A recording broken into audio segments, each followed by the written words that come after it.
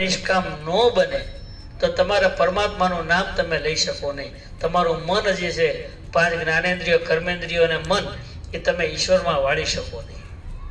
એટલે આપણે આપણું મન ઈશ્વરમાં વાળી શકીએ એટલા માટે થઈ અને ઉપવાસ કરીએ છીએ. આપણે આપણું મન ઈશ્વરમાં વાળી શકીએ એટલા માટે થઈને આપણે ઉપવાસ કરીએ છીએ. માટે એકાદશીનો ઉપવાસ કરીએ છીએ.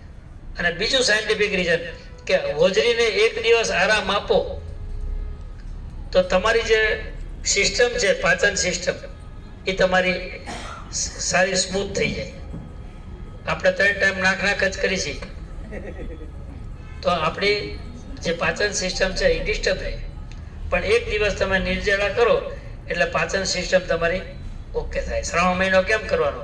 વરસાદમાં બહાર જાઓ નહીં, હલન ચલન થાય નહીં, અને ભજીયા ખાઓ. વરસાદ આવે ભજીયા બનાવો, ભારે ભારે ખાઓ, અને ભારે ભારે ખાઓ એટલે પચે નહીં.